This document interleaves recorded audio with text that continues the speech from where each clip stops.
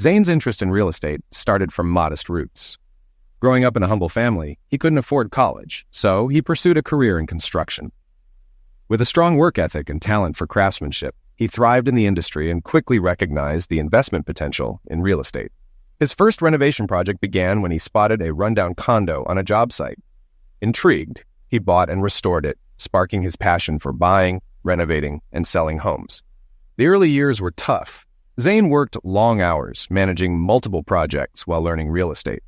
His dedication paid off, earning him a reputation for transforming neglected properties into valuable homes.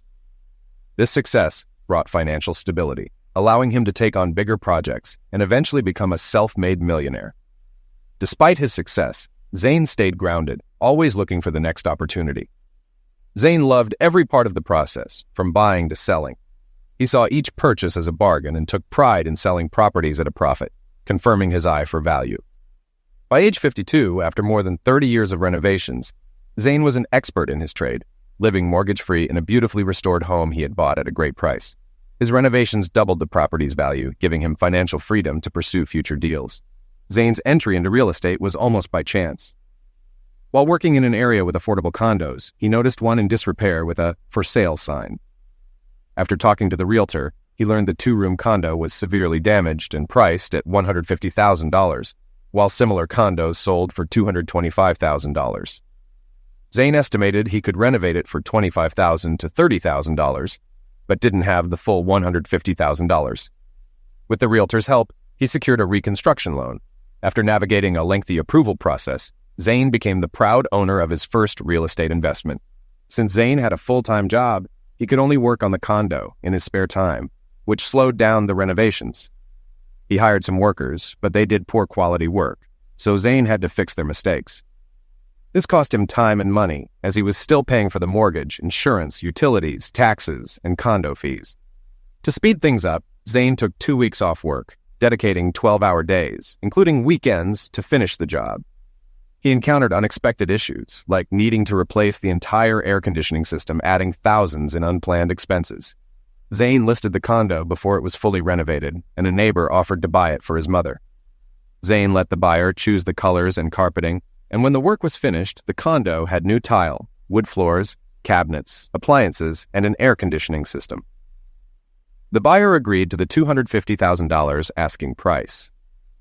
Zane had invested $40,000 in the renovation, including paying professionals for high-quality work. After closing costs and realtor fees, Zane made $35,000 in profit within 3 months. He was pleased with his first investment and learned valuable lessons for future deals. Zane attended real estate seminars, learning about hard money lenders, who offer quick loans for renovations, but at high interest rates. Though expensive, these loans could be processed quickly, eliminating long waits for traditional bank loans. To streamline his process, Zane became a licensed realtor, gaining access to the Multiple Listing Service, MLS, which allowed him to find and make offers on properties independently. He also earned commission on both buying and selling properties. Over the years, Zane bought, renovated, and sold many properties, starting with condos and gradually moving to larger homes. By saving his profits, he was eventually able to buy houses with cash, speeding up transactions and securing better deals from motivated sellers. Zane began outsourcing renovations to a trusted contractor and focused solely on finding and purchasing properties. At one point, he had several homes in different stages of renovation. By then, Zane had amassed a net worth of over $1 million, mostly in cash, and consistently earned a six-figure income. Despite his wealth, he lived modestly, with few people knowing his true financial status. 5 years after becoming a major figure in real estate, Zane married Bryce Beaumont, a beautiful woman from a wealthy family.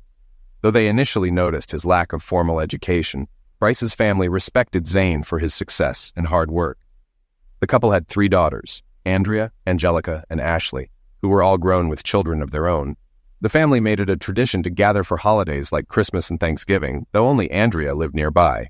Bryce worked as a materials manager at a manufacturing company, ensuring that the necessary resources were ordered and available on time. She coordinated with many vendors and suppliers and was skilled at her job, which she enjoyed.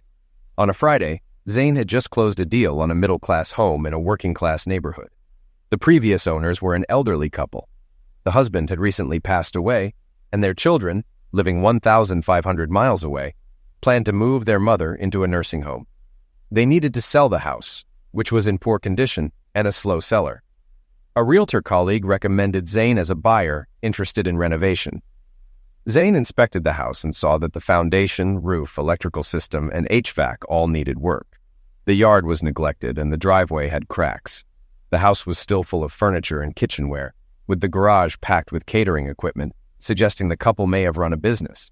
The children knew similar homes were valued at $315,000, but Zane offered $250,000, explaining that at least $50,000 in renovations would be needed.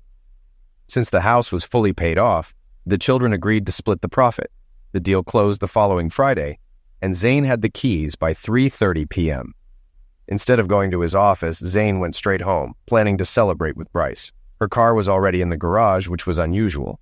Inside, he found no greeting. After pouring himself 2 shots of rum, he heard the shower running upstairs. When he entered the bedroom, he saw cocktail dresses, lingerie, high heels, and fishnet stockings laid out. Bryce's perfume and red lipstick were on the dressing table. Confused, Zane sat and waited. When Bryce emerged from the shower, wrapped in a towel, she didn't notice Zane. She began powdering herself and had styled her hair into voluminous curls, with her nails painted bright red. "What's happening?" Zane asked calmly. Bryce jumped and let out a small scream. "Zane, you scared me! I didn't know you were home." "I closed the deal early and decided to come home instead of going back to the office," Zane said. "I thought I might take you out to celebrate, but it seems like you already have plans." "So, what's going on?" "Yes, darling," Bryce replied. "I'm going out to dinner with a friend." Zane stayed calm but pressed further. "Judging by the clothes you laid out, it's not just a friend. You're going out with a man, right? And I see you've got dancing shoes, so you're going dancing too?" "Yes, darling," she admitted. "We thought we'd go dancing to make the evening fun."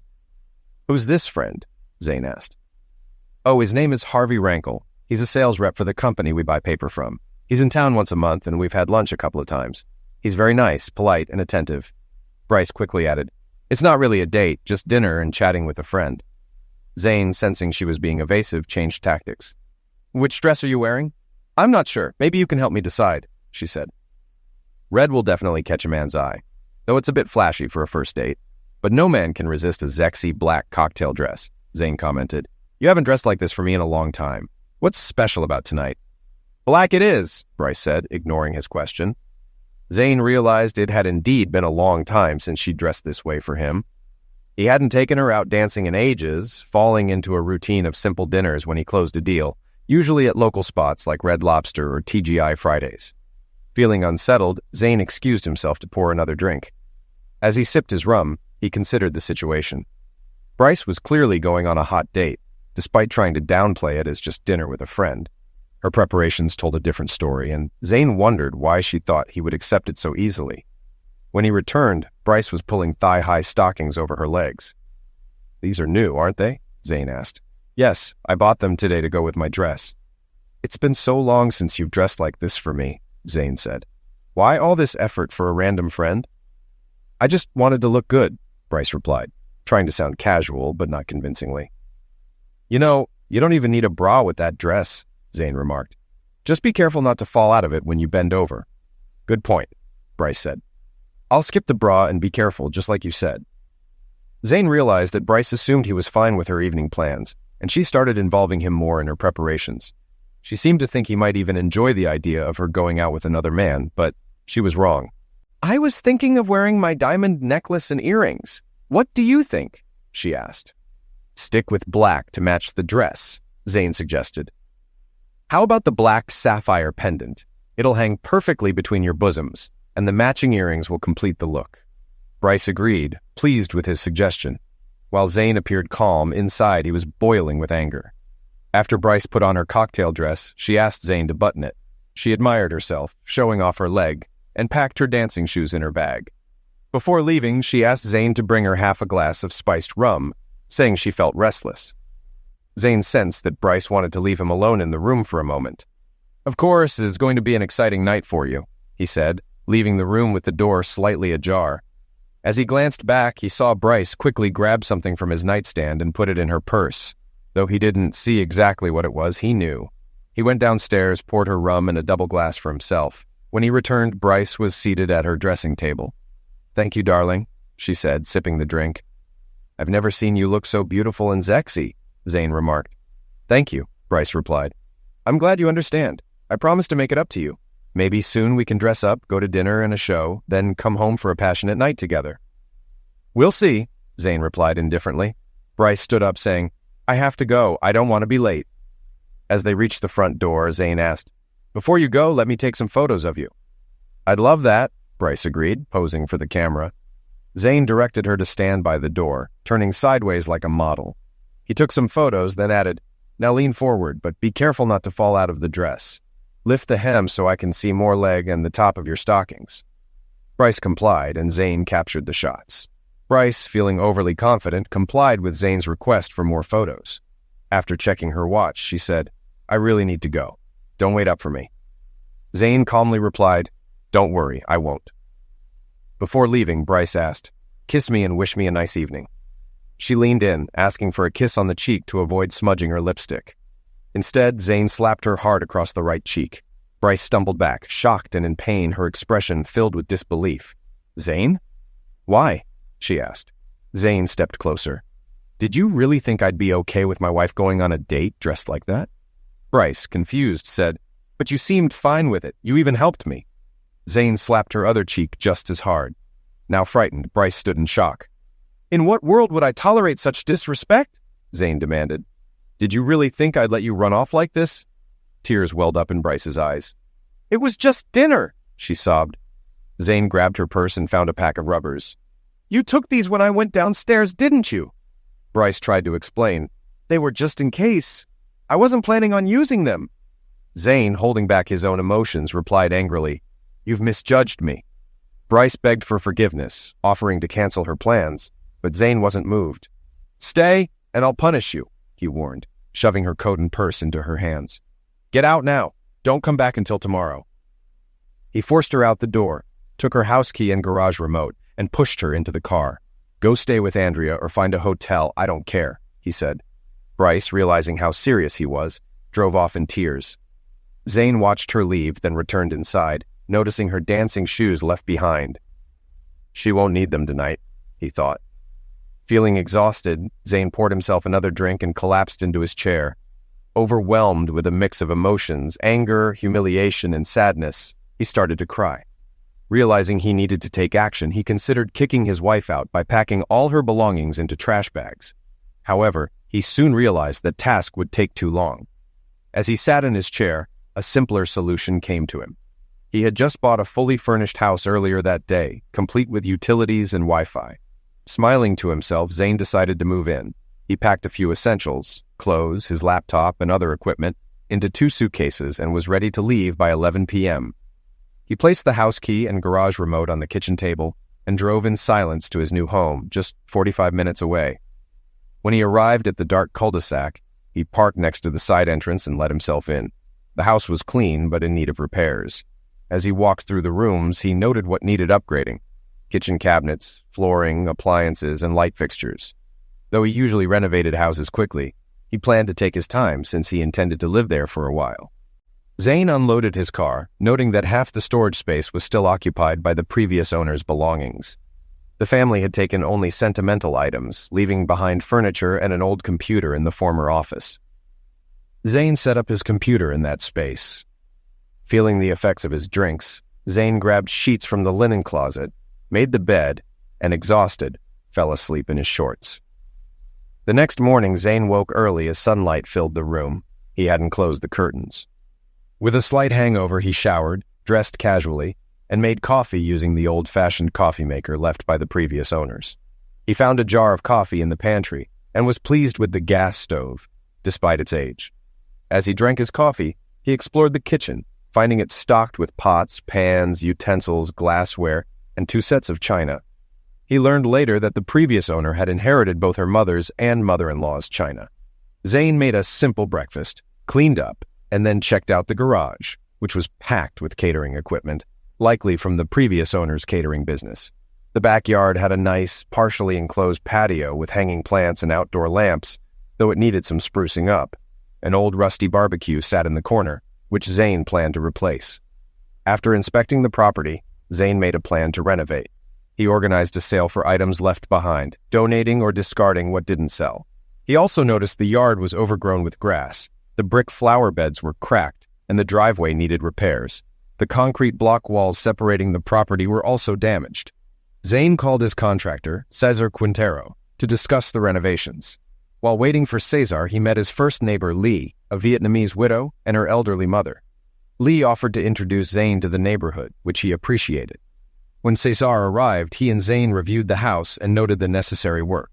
Cesar commented that the house had the least curb appeal on the street and agreed it needed significant upgrades. As they walked the cul-de-sac, they noticed other homes also needed repairs. After planning the renovations, Cesar left, and Zane was alone again. Zane turned on his phone and saw several missed calls, mostly from his wife, starting around 2 p.m., likely when she returned home. Her voicemails were filled with pleas for forgiveness, begging him to talk to her, saying she was sorry for disappointing him. The last message was from his daughter, Andrea, asking what he had done to her mom. She mentioned that her mother had told her Zane had moved out and even strike her. Andrea urged him to return home and fix things. Zane called Andrea back. She confronted him, but he asked if her mother had told her why he left. When Andrea said it couldn't have been that bad, Zane explained that her mother had effectively left him first. He asked Andrea to get the full truth from her mom before they talked again. Andrea agreed, mentioning her mom was staying with them for a few days. Over the next 3 days, Zane didn't hear from Andrea. During that time, Cesar began repairing Zane's yard, fixing the walls with decorative block caps. Without asking, Zane also had Cesar repair the walls around the neighborhood, which earned him thanks from his neighbors. Zane also had Cesar's crew fix the driveways on the cul-de-sac, applying protective coatings. Although the cost wasn't small, Zane felt it was worth it for the property value boost. Zane organized a sale to get rid of the leftover clutter, and the event was a success. While cleaning up afterward, Andrea called him. "Dad, we need to meet. There's more you don't know," she said. Zane replied, "I know what I saw." Andrea insisted, saying her mother had told her everything and that she didn't blame Zane for his actions. She even scolded her mom for how she treated him. Andrea offered to meet Zane to discuss more details, which she said were important. Zane, feeling her emotional distress, agreed to meet at TGI Fridays near her house at 11 a.m. the next day. They exchanged "I love yous" before hanging up. The house renovation continued, and Zane ordered new windows. Many of the house's windows were painted shut and couldn't be opened. He also ordered French doors with additional screen doors for the family room and master bedroom. Zane entered TGI Fridays right at 11 a.m. His daughter was already waiting in the lobby. They hugged and requested a corner table. Both ordered coffee. There weren't many people in the restaurant at this time of day. Zane got straight to the point. "What do you want to talk about, Andrea? If this is about what I did after your mom dressed for her big date, I don't regret it. I don't have to tolerate such disrespect, especially from my wife." "Dad," Andrea started, "this is more serious than you think. You won't like what I have to say, not one bit. But first, you need to know Mom is devastated. She's so remorseful, she can't stop crying. She deeply regrets hurting you. She couldn't stay longer than the weekend because she had to get back to work. I visited her twice. She just goes to work, forces herself to get through the day, and then returns home to an empty house. I don't feel anything for her after what she did to me," Zane replied. Andrea pulled 2 items from her large bag, a brown envelope and a standard letter-sized one. "Dad," Andrea said, picking up the smaller envelope, "this is Mom's apology letter. She knows you don't want to talk to her, and even if you did, she's not sure she can face you. She's so ashamed. I won't make you read it. You can toss it if you want, but here it is. Maybe you'll read it later." "What's in the big envelope?" Zane asked. "This is a detailed account of Mom's relationship with the guy she went on a date with. It's written with precision, at my request." "Why should I read it?" Zane asked. "I don't care." "It's not for you, Dad. It's for HR at Mom's job." "And why would they care what Bryce did on her own time with someone not from her company?" "Dad," Andrea said, taking Zane's hands with a sad look, "I need to tell you what happened after you kicked Mom out. It's going to hurt, but it's better coming from me. I told her to stay with you for the night. I didn't want her around. I wasn't sure. I didn't want to touch her again." "I know, Dad," Andrea said. "When she complained about the long drive, you told her to find a motel or hotel." "Right," Zane said. Mom was hurting, not just from the slaps, but she realized how much she'd messed up. No matter how angry you seemed, she knew she hurt you deeply. She was confused, too. One moment, you were helping her get ready for a date which went against your nature, and the next, you were striking her and scolding her. I didn't yell, Zane interrupted. I firmly told her I thought she was planning to cheat on me. She says she never meant to sleep with him, Andrea responded. She took the protection from your nightstand. I know, Dad, Andrea continued, but you couldn't see it differently? When Mom left, she was confused and regretful. She decided to meet the salesman as planned to tell him it was over, and then she was going to stay with me for the night. She still thought he was a friend at that point. Andrea continued, while Zane listened in silence. When she arrived at the hotel, she went straight to the ladies' room. Her makeup was a mess, and her cheeks were still red and puffy. Once she freshened up, she entered the restaurant where her date, Harvey, had already gotten a table. She didn't greet him with a hug or kiss, and he immediately knew something was wrong. She got right to the point, but before she could finish, she started crying. He tried to comfort her, hugging her and saying everything would be okay. He ordered a glass of wine to calm her down, and she drank it all at once, on an empty stomach. Harvey told her not to worry about their relationship and that he understood, but he implied you were too controlling. He then ordered a bottle of wine for the table and criticized you, Dad, saying no real man would ever strike a woman. The wine started to relax Mom, and she kept drinking more. Soon she felt the full effects of the booze. She told Harvey she needed to leave and drive to my house, but he said she wasn't fit to drive, and she probably wasn't. Mom said if she couldn't drive, she'd get a hotel room and go to my place in the morning. Harvey checked the front desk and told her the hotel was fully booked because of a convention. He then invited her to rest in his room for a few hours before leaving. She was so drunk she needed help just getting to the elevator. Andrea paused, watching her father's reaction, but Zane remained silent, his eyes narrowing as he listened. Once in Harvey's room, Andrea continued, he helped her to the bed, but then things took a turn. He went from helping her to kissing her neck. Mom pushed him away, angrily telling him their relationship was over. She just wanted to lie down for a few hours because she felt dizzy and nearly collapsed onto the bed. Harvey was kind enough to lift her feet onto the bed and take off her shoes. She remembers him massaging her legs, but she soon fell asleep. Zane sat in silence, his jaw tight, as Andrea went on. The next thing Mom remembers is Zex. It was over in seconds. She told me she thought it was you. She didn't realize she wasn't at home in your bed. Zane slammed his hand on the table. So she slept with him anyway, he exclaimed. Dad, Andrea interrupted. Mom didn't consent to having sex with him. Zane shook his head, his frustration growing. She dresses provocatively for a hot date, meets him at his hotel restaurant, they have drinks, and then she goes up to his room. Now she's claiming no consent. Is that really true? Yes, Dad, Andrea replied quietly. But that's not all.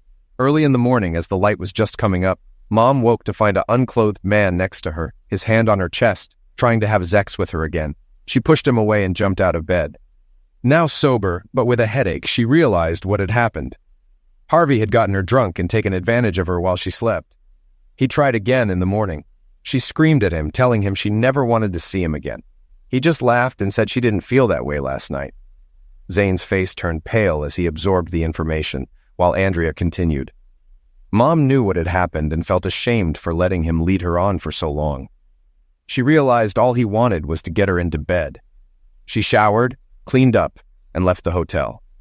She hoped to find you at home and confess everything, to ask for your forgiveness. But when she got there, she saw you'd already moved out. Mom was consumed with guilt and shame. Zane leaned back in his chair, overwhelmed by what he had just heard. Andrea went on. Mom called me afterward and told me you strike her and kicked her out. She was still confused, but desperate to talk to you. When she came to my house, she was shaken, and it took a while for her to tell me the whole story. I believe her, Dad. Zane stared at the table before asking, what about the protective equipment she took from my nightstand? Was she planning to use that? She wasn't going to use it, Dad. She told me she took it because she thought it would make it easier to say no. It was just a safeguard she thought would help her resist, but she never intended to use it. Zane shook his head. That's hard to believe. It'll take a lot to convince me. Andrea took a deep breath. Dad, Mom has started seeing a counselor. She's trying to figure out what she did and why. The counselor suggested reaching out to you, but we knew you wouldn't want to participate. I've been going to the sessions with her to help understand everything. Zane stayed quiet for a long time before speaking.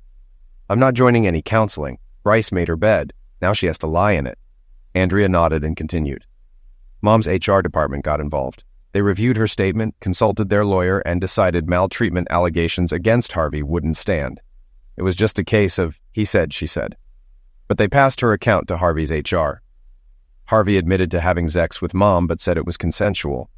Neither company wanted to pursue legal action, but Harvey's employer felt it was inappropriate for him to have a relationship with a married woman, and he was fired.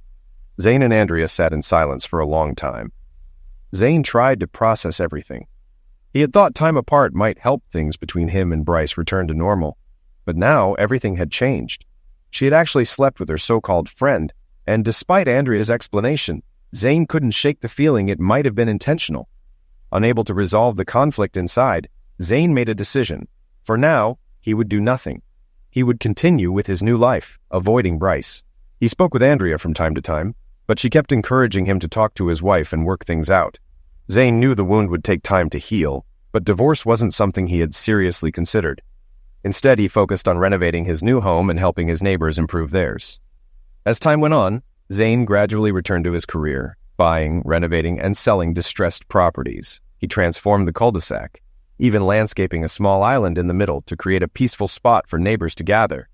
The local women soon discovered Zane's poor cooking skills and, in appreciation for his efforts, began organizing meals for him, bringing casseroles, meatloaf, and other homemade dishes. Late one afternoon, as Zane reviewed a spreadsheet, there was a knock at the door. Without much thought, he saved his work and opened it. It wasn't one of his neighbors. It was Bryce. "Bryce," Zane said, surprised. "I didn't expect to see you here. How did you find me?" Bryce didn't answer and instead asked, "Can I come in?" Much of Zane's anger had faded over time, and although surprised by her sudden appearance, he found himself saying, "Please, come in." Still taken aback, Zane noticed Bryce had dressed for the occasion, wearing a simple white sundress and matching flats. Her hair was down and she looked fresh and clean. Bryce entered, carrying several bags of groceries. "Where's the kitchen?" she asked. Zane pointed toward the kitchen door. Without hesitation, Bryce walked through, placed the bags on the counter, and returned to look around. "It's a little sparse, but nice. I think you've fixed whatever needed fixing," she commented. "I haven't finished all the renovations, but it's livable," Zane replied. "Can I get a tour?" Bryce asked. "Of course," Zane said, leading her through the living room, down the hallway, and through each bedroom. Finally, they reached the master bedroom. At each stop, Zane pointed out what he'd already done and what still needed attention. Bryce commented on the lack of closet space compared to their old home, to which Zane replied that it was more than enough for him. He didn't need much room. Bryce also noted the smaller bed. "It's big enough for me," Zane said. "Besides, a larger bed would overwhelm the room." Bryce made a few suggestions about curtains and carpeting. In the past, Zane had often used her ideas when renovating homes. He led her out through the new French doors into the screened patio. Bryce admired the cozy space and remarked, "This would be perfect for relaxing in the evening after dinner." "I often do," Zane said. "With a glass of my favorite strong red wine, it helps me sleep." Back in the living room, Zane gathered his thoughts. His wife's unexpected visit still puzzled him. "How did you find me?" he asked again. "It wasn't easy," Bryce admitted, "but I got some help from your colleagues at the real estate office. I drove by a few days ago and saw your car in the carport. I thought long and hard about disrupting your new life, but I needed to see you, even for a short while. So I decided to come over and cook dinner for you. I know you're a terrible cook, so I brought everything for a meatloaf dinner. I hoped you'd let me stay long enough to cook for you, and then I'd leave you alone. You can help in the kitchen or finish whatever you need to do, and I'll call you when dinner's ready." Zane agreed. "I have a spreadsheet to finish. I'll check in to see if you need help with dinner in a bit." When Zane came into the kitchen about 20 minutes later, Bryce was busy preparing the meal. She turned to him, teary-eyed, and said, "You don't really need my help, do you? Your fridge and freezer are stocked. I didn't find a single frozen dinner in your kitchen." "The neighborhood wives take good care of me when it comes to food," Zane explained. "I've helped a few neighbors with small projects to improve their homes, and they repay me with casseroles or brisket every now and then. But I'd love to have your meatloaf, and I appreciate you coming here to make it." "That's just an excuse to see you again," Bryce said softly. "I've missed you so much." If you've read my letter, you know how sorry I am for treating you so poorly. But I wanted to tell you in person how regretful I am. I was a foolish, middle-aged woman who thought she needed excitement after a younger man showed me some attention. I made a huge mistake." Zane sighed. "Bryce, I know you're sorry. Andrea told me what happened that night. At first, I thought you went through with it, but Andrea convinced me you were manipulated. I don't think she would lie to make you seem less guilty, but we don't need to rehash all of that tonight." Bryce nodded. "Dinner is ready," she said, changing the subject. "This meatloaf will last you for days. I hope you enjoy it." She picked up her purse and headed toward the door. "Wait," Zane said. "Won't you stay for dinner? I've set the table for 2. "No," Bryce replied. "I really wanted to see you, but I don't want to intrude on your new life. If it's okay, I'd like to come back next Friday and cook for you again." "That would be great," Zane said. "But next time, I'd like you to stay. We can have dinner together and enjoy a glass of wine on the patio." "I'd like that, Zane," Bryce said. "But I'll have to see how guilty I still feel," she replied, before walking out the door and driving away. After Bryce left, Zane felt an unexpected sense of loneliness. He had grown used to living on his own and had adjusted to not having his wife around, but after seeing her again, that loneliness crept back in. His feelings toward Bryce were complicated. He was still hurt and a bit angry that she had even considered going on a date with another man, but at the same time, he missed her. He missed their life together and the way things used to be. It was clear she was trying to be that person again. The following Friday evening, Bryce returned. This time, she brought steaks for Zane to grill while she prepared salad, potatoes, and vegetables. Zane was ready with a bottle of wine, and they started drinking it as they cooked. They ate outside on the patio at a small table set for 2. The conversation was light. Bryce asked about Zane's work and the houses he was renovating, while Zane asked about Bryce's day-to-day life. Bryce admitted she had more free time now. After work, she mostly read and had joined a book club. Zane asked about her job, but immediately regretted it when Bryce admitted she still felt uncomfortable there. No one had mentioned the incident with the salesman, but everyone knew. After a pleasant evening, Bryce once again declined staying longer, saying she didn't want to disrupt Zane's new life.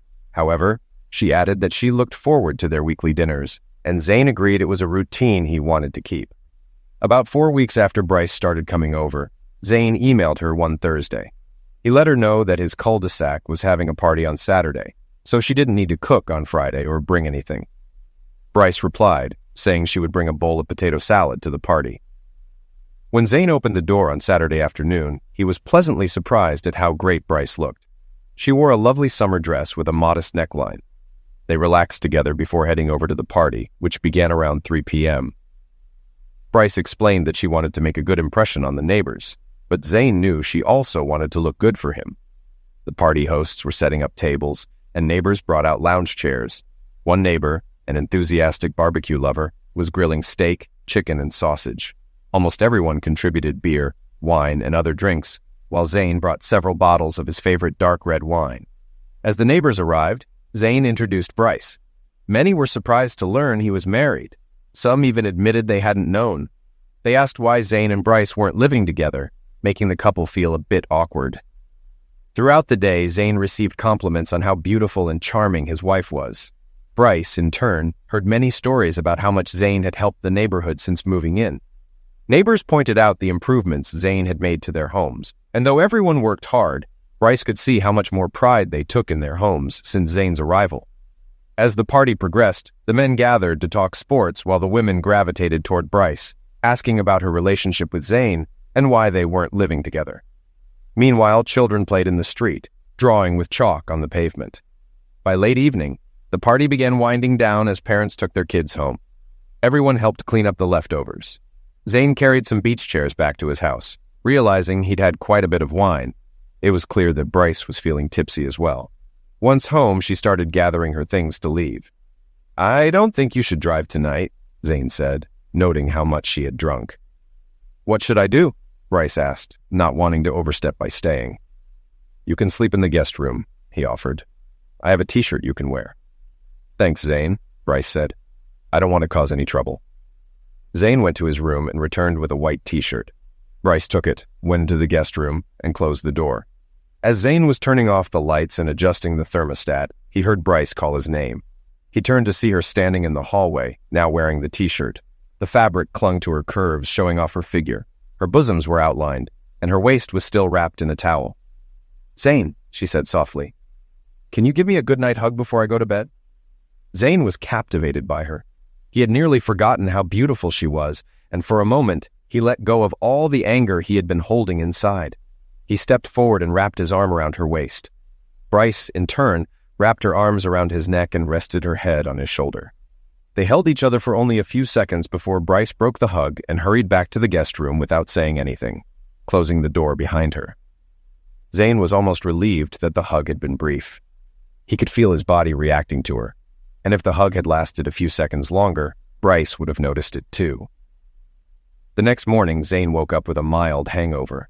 Hearing the shower running, he realized Bryce was already awake. After taking some headache pills, he headed to the kitchen where he found Bryce making breakfast. She was cheerful, wearing a sundress, and preparing bacon, eggs, toast, juice, and coffee.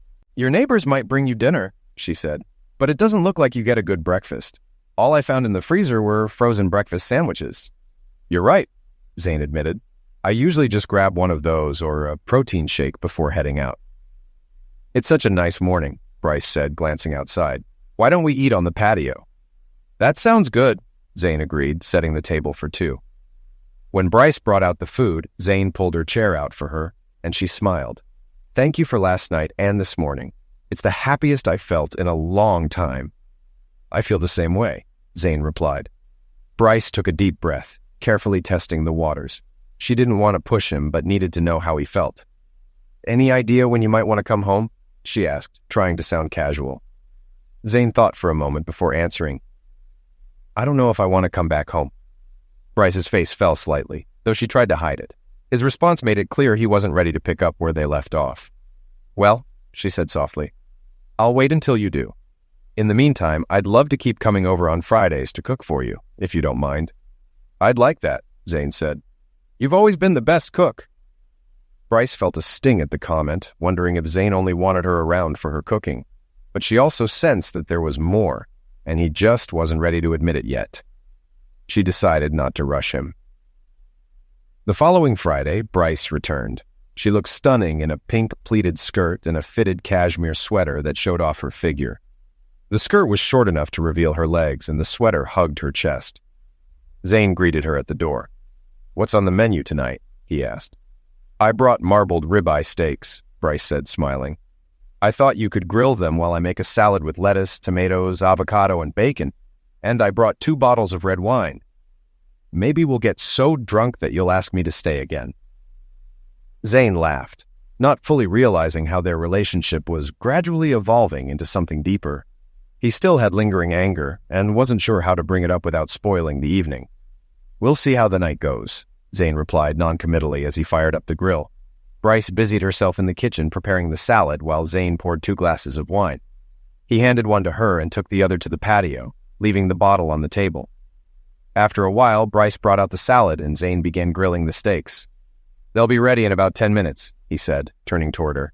Bryce raised her wine glass. "To my hope that you'll let me back into your life," she said softly. The toast caught Zane off guard and he felt a bit embarrassed, unsure how to respond. "We'll talk later," he said, turning his attention back to the steaks. After a few awkward moments, Zane announced that the steaks were ready and they sat down to eat. Silence lingered for a while until Zane finally spoke. "I'm sorry things ended up this way," he said quietly. Bryce nearly choked on her food at his abrupt statement. She reached across the table, took Zane's hand, and said, "Thank you. I was so afraid you thought I slept with someone willingly and that you'd never forgive me." Zane's expression softened. "Sometimes I think that if I hadn't kicked you out, none of this would have happened." "None of this was your fault," Bryce replied, still holding his hand. "It was all on me. I let myself be charmed by a smooth-talking salesman. I'll never forgive myself for hurting you the way I did. I'll spend the rest of my life making up for it if you'll let me."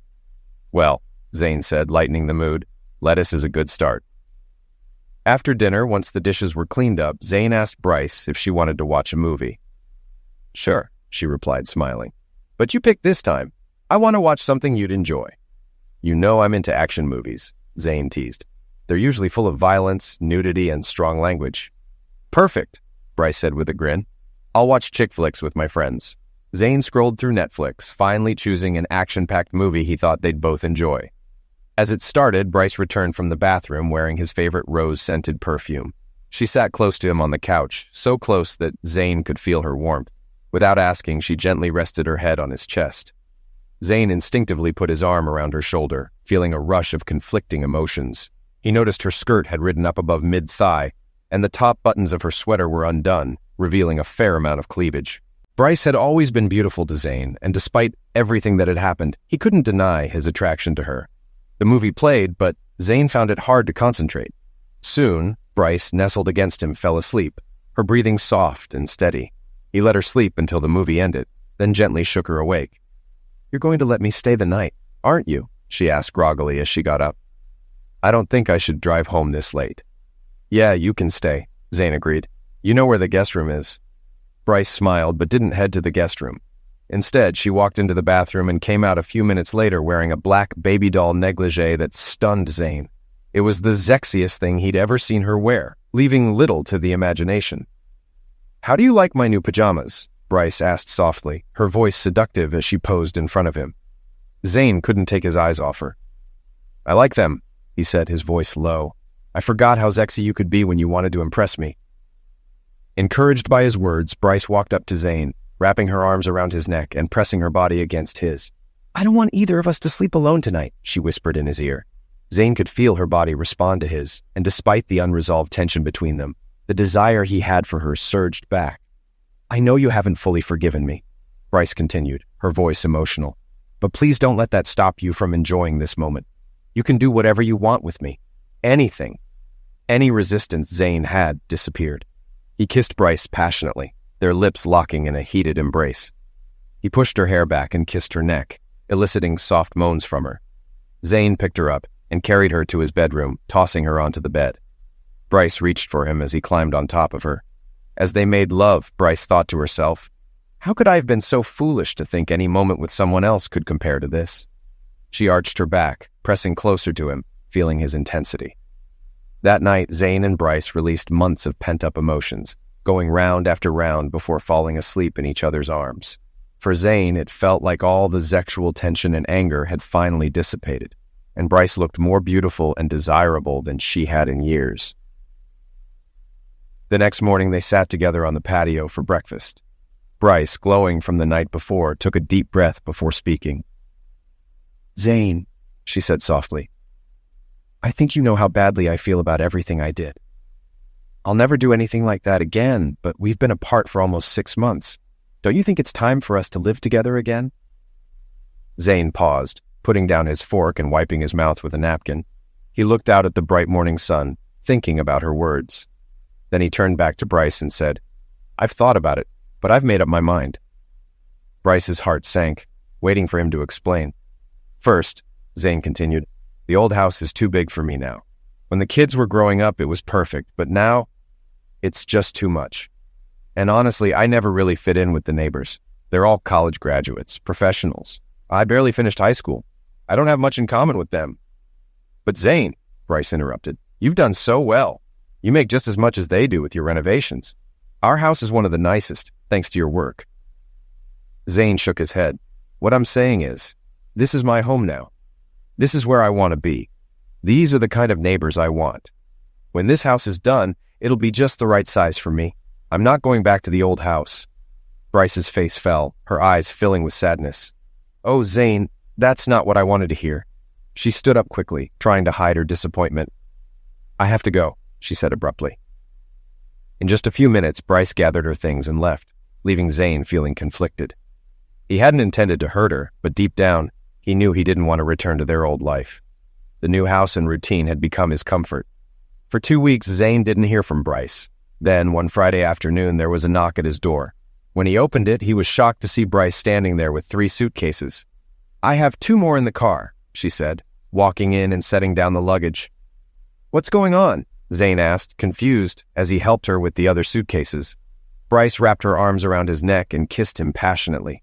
"If you want to live in this house, then this is my house too," she declared. Zane stepped back, shaking his head. "Bryce, you won't like living here. There's barely enough space for your things, especially your clothes. In the old house, you filled every closet. Bryce smiled softly.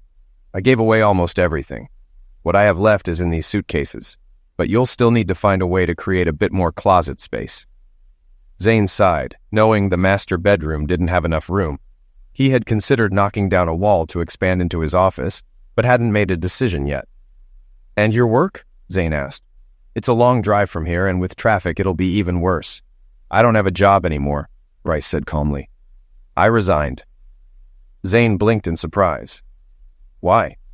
I was still the subject of office gossip, and some salespeople made indirect comments based on rumors, Bryce explained. Besides, you've always said you make enough for the both of us, so now I'm not working. I'll find other things to do. Zane looked at her doubtful. Bryce, you won't want to sit here all day. Most of the neighbors work. You'll be alone. I've thought about that, Bryce said. Maybe I'll do charity work. I have a degree in accounting and studied psychology. Plus, I speak some Spanish. I want to help broken families and misused women. But first, I need to fix our family. With that, Bryce hugged Zane tightly and kissed him again. Zane knew she was winning him over, and he wasn't sure how to stop her. I hope you didn't give away all your sexy cocktail dresses and heels, Zane whispered in her ear. I kept a few, Bryce replied, intrigued. Why? I was thinking we could go on a fancy date once a month, maybe more, Zane said. I wouldn't mind dressing up and going out dancing with a beautiful woman in a cocktail dress. Maybe even stay at a nice hotel afterward. Bryce's face lit up with joy. I love that, she said, kissing him passionately. Welcome home, Bryce, Zane whispered as he picked her up and carried her to the bedroom.